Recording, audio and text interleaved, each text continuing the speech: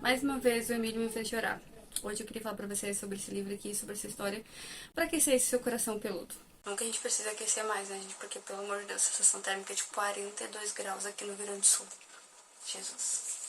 Olá pessoas, eu sou a Fê Castilho, sejam bem-vindos aqui a esse canal. E hoje eu vou falar pra vocês sobre a leitura deste livro aqui, que é o livro da sexta semana, da sétima semana.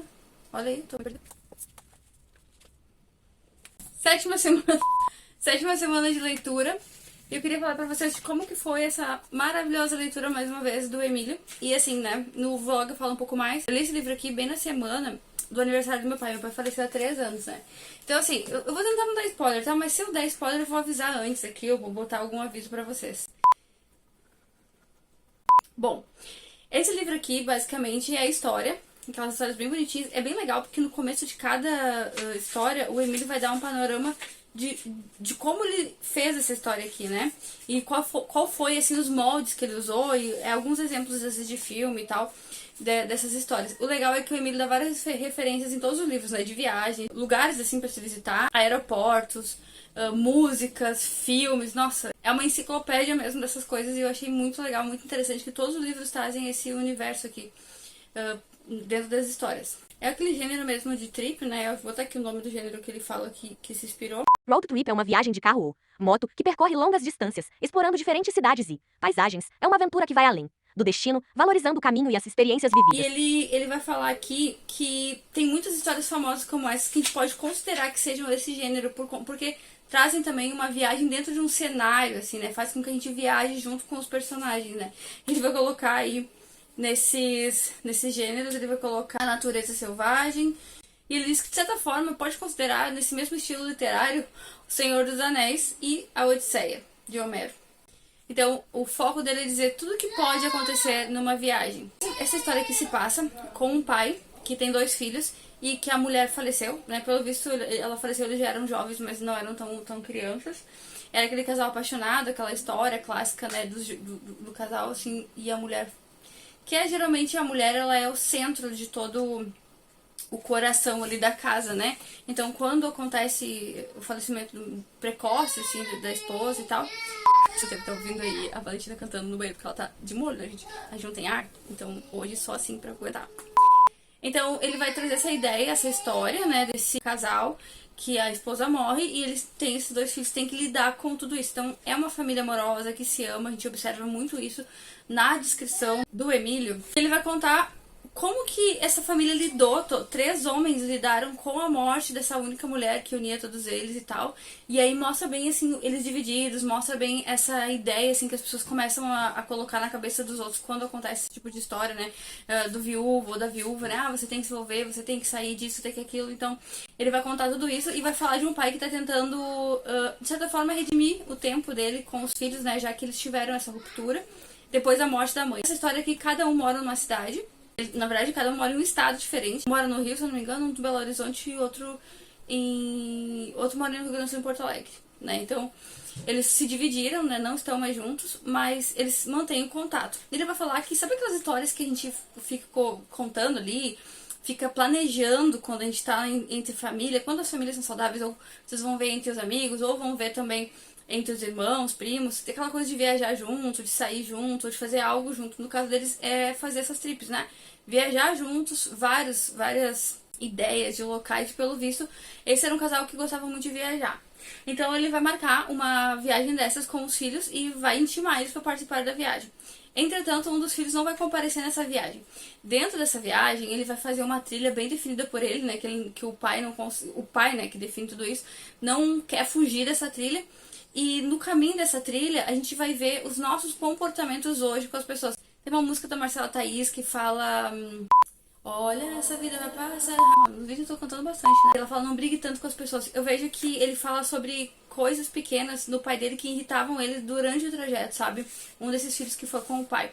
E o outro, tentando sanar a sua ausência com a internet, sabe? A gente tem essa ilusão, né, de que a gente tá muito próximo das pessoas por causa da internet e que a gente consegue sanar um pouco da nossa ausência por conta da internet. E isso não é de todo errado, a gente consegue hoje suprir muitas das necessidades que a gente teria de convivência, né? Porque com a distância pela internet, né? Então a gente consegue, não é que sanar, a gente consegue acalmar um pouco a saudade, né? Eu tenho uma irmã que mora em outro estado. Então é legal, porque parece que eu tô sempre com ela, né? Eu tô sempre falando com ela. Só que isso limita um pouco quando a gente começa a usar isso como uma desculpa, sabe? Pra gente estar junto. Por exemplo, né? Eu sou uma pessoa que convive muito pouco, por N motivos, né? Várias situações me fazem conviver muito pouco com as pessoas, no geral. Da igreja, né? No caso, meus amigos são todos da igreja praticamente. Eu vejo que, às vezes, eu acho que estou muito participante da vida dos meus amigos porque eu vejo eles nos stories, eu fico sabendo o que acontece na vida deles a partir do que eles compartilham. E isso não é verdade, né? A gente tem uma falsa ilusão de amizade, uma falsa ilusão de profundidade. Porque as reais sensações, a real situação que está acontecendo ali, ela só é verdadeira e profunda e real quando a gente está vivendo ela na hora. A gente, pela internet, não consegue vivenciar tudo, né? Toda a experiência. Então, se a nossa amizade se baseia muito mais nesse tipo de presença, que é a presença digital na vida das pessoas, ela é uma presença muito falha, ela não é realmente uma presença real, né? Ela é uma presença de uma ilusão. Quando a gente substitui a nossa presença pelo digital por conta de algum percalço da vida, ok. Mas quando isso vira uma rotina, a gente começa a ver que a gente tá perdendo. Mesmo quando tá ok, a gente já tá perdendo, né? Mas quando a gente acha que conseguiu substituir e usa isso muitas vezes como uma desculpa, né? Pra não estar nos lugares, né? De verdade, isso não é só os outros que perdem. A gente é que perde muito de não estar nesses momentos. Uma das coisas que eu percebi é que, por exemplo, eu tava pensando muito no meu pai, né, nesse livro. Eu percebi que, por exemplo, antes do meu pai falecer, ele fez aniversário agora em fevereiro, mas ele faleceu há 3 anos no final de março, né, depois do meu aniversário. E eu lembro, assim, que a gente teve um momento no Dia dos Pais, depois a gente teve um momento de aniversário dele, assim, que é bem... Parece que Deus prepara as coisas, sabe? Porque todo mundo foi lá, todo mundo conseguiu ir, todo mundo se juntou, todo mundo conseguiu fazer coisas que a gente sempre planejou e não conseguia fazer. E nós conversamos coisas que eram muito difíceis, que a gente já queria conversar com ele há muito tempo. Então, a gente meio que deu uma lavada ali na alma, sabe? Então, Deus nos preparou para esse momento. E aqui nesse livro, o Emílio vai mostrar 2 facetas. De alguém que foi mesmo contrariado, né? Viajar com o pai. E pôde se preparar para muitos momentos, pôde viver muitas experiências também sobre a sua mãe que faleceu, né? Sobre uma pessoa que ele ama muito, mas também sobre seu pai. E uma pessoa que, por qualquer motivo que seja, ela não estava lá e achou que a sua presença, né, digital, na forma digital ali, seria suficiente. Só que a gente vai perceber no fim do livro que essa pessoa vai se arrepender muito de não ter estado com o seu pai naquele momento. E a gente vai perceber que os momentos da nossa vida são muito preciosos, sabe? A nossa vida não acaba aqui. A gente precisa entender que Deus nos deu uma vida e um tempo para viver. E esse tempo ele é precioso aqui também, não só na eternidade, a gente vive para a eternidade, né? Mas desperdiçar o tempo que Deus nos deu aqui na Terra com as pessoas que a gente ama é errado, é burrice, sabe? E é muito triste, na verdade, a gente desperdiçar todo esse amor, porque uma das coisas que eu penso é que quando Deus nos libertou, Ele não nos libertou somente assim, libertou do pecado, ok. A gente sempre fala muito sobre isso, né? Eu sempre falo, eu tenho um vídeo que eu falo sobre a gente vive só o perdão, mas a gente não vive as consequências do perdão. As consequências do perdão de Deus é que a gente tem liberdade para amar o outro. A gente não precisa mais se preocupar em ficar corrigindo a pessoa. A gente não precisa se preocupar em ficar remoendo aquela mágoa, porque Deus é que vai tratar com essas pessoas. Deus é que vai ter com elas. A gente é livre para amar essa pessoa, né? A gente, claro, não vai passar a mão por cima de tudo que acontece, né? Obviamente, todas essas ressalvas já ditas e colocadas aqui. Entretanto, é importante a gente ter em mente que a gente é livre para amar e perdoar. Porque não existe nada que a gente possa negar de perdão, por mais difícil que seja. E eu sei que é difícil muitas coisas, né? Perdoar muitas coisas. Mas a gente tem sempre que pensar que Deus, que é santo e perfeito, nos perdoa. Não importa o que a gente tenha feito, Ele nos perdoa. Como que nós, né, seres mortais, vamos nos achar no direito de não perdoar alguém por algo, sabe? Então, mesmo que hoje a gente não seja capaz de perdoar as pessoas, a gente tem que ter a consciência, essa consciência, né, de entender que nós deveríamos pensar dessa forma. Se Deus santo, puro, justo e verdadeiro nos perdoa, quanto mais nós podemos perdoar o nosso irmão, né? Nós que não temos nenhum direito de cobrar nada de ninguém, nesse sentido, né? Tudo com moderação, obviamente, a gente não vai ficar ali sendo pateta dos outros, mas esse é um ponto de partida interessante. E o outro ponto de partida é pensar sempre que a gente tem que agir muitas vezes como se essa fosse a última oportunidade que a gente tem com aquela pessoa, sabe? sempre aproveitar muito, porque às vezes a gente se prende muito, essa pessoa me irrita um pouquinho aqui, tá difícil de lidar, né, com fulano assim desse jeito. Eu vejo que às vezes com a idade a gente vai ficando mais truculento, vai ficando mais difícil de lidar, né, a gente percebe isso na gente mesmo. E a gente sabe que muitas vezes a gente evita estar em alguns lugares ou com algumas pessoas por achar que as pessoas estão truculentas, estão com muita dificuldade, estão muito sensíveis, se magoam com facilidade. E isso é muito desgastante emocionalmente. Mas o arrependimento de não estar com aquelas pessoas, de não vivenciar aquelas experiências, é muito pior. Então, esse livro aqui, assim, o final do livro é de chorar.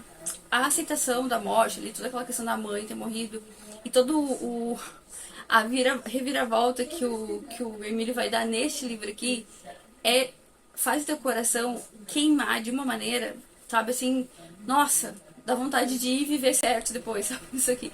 E faz a gente pensar muito, assim, de como existe realmente uma saída, de como dá pra gente enfrentar a morte de forma tranquila, né? Mas, assim, de entender o propósito das coisas mesmo e de viver uma vida que vale a pena ser vivida. E quando eu falo uma vida que vale a pena ser vivida, não é uma vida que, muitas viagens, dinheiro, sabe, um sucesso que as pessoas têm por sucesso. Mas é uma vida com as experiências e o amor ali, sabe? Sem desperdiçar isso. Sem desperdiçar até a chatice que as pessoas possam ter com a gente, assim. Ou que a gente pode ter com as pessoas, sabe? Se submeter mesmo a essas situações, às vezes, que a gente diz, não, eu não preciso disso. Nossa, aquela pessoa é muito isso, é muito aquilo.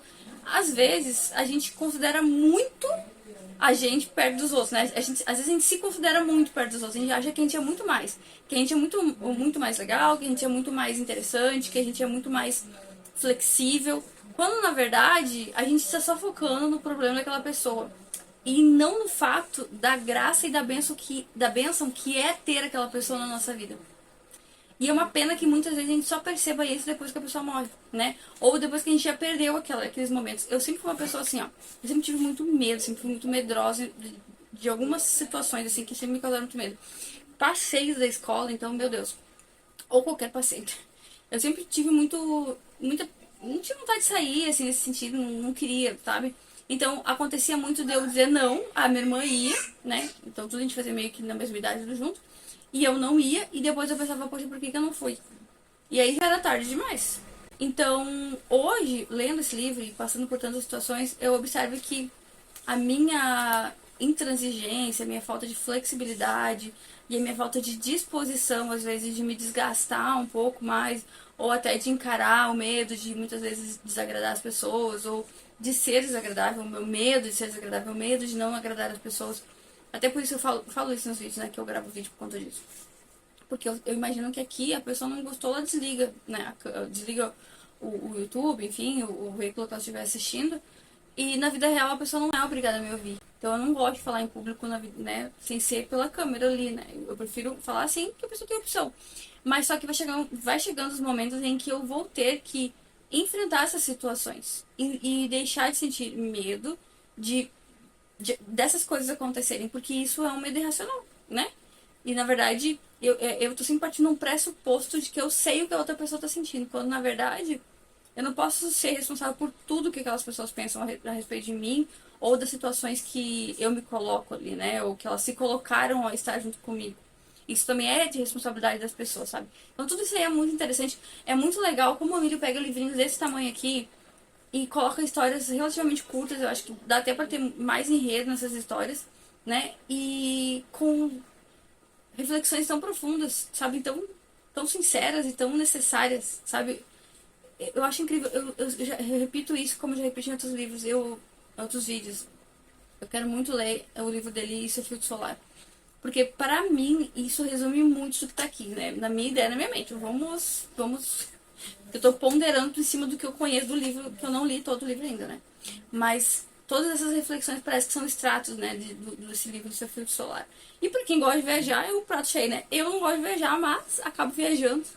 Através do livro tem até algumas imagens aqui que o Emílio descreve, que eu pesquisei na internet, porque eu fiquei muito curiosa pra saber como que eram os lugares. Lavanda é uma planta assim que eu sou bem curiosa. Aqui dá pra falar de lavanda de um lugar sobre lavandas no Brasil, sobre essa planta lavanda. E eu cheguei a pesquisar algumas dessas imagens, inclusive essa desse lugar, Porque eu fiquei imaginando, né? Imagina o cheiro, né? Já é gostoso esse cheiro de lavanda. Imagina esse lugar cheio de lavandas e toda aquela situação que acontece nesse campo de lavandas. Aqui, ó. Ele faz tem uma ilustração linda, belíssima desse lugar. Então, esse é o vídeo falando desse livro que é dessa coleção aqui. Não sei se vocês estão conseguindo ver, da coleção Um Ano de Histórias do Emílio. Tô seguindo na leitura e não sei se não vou ler mais um deles antes de acabar o mês, já que esse mês tá apertado. Ainda tô, né, engrenando.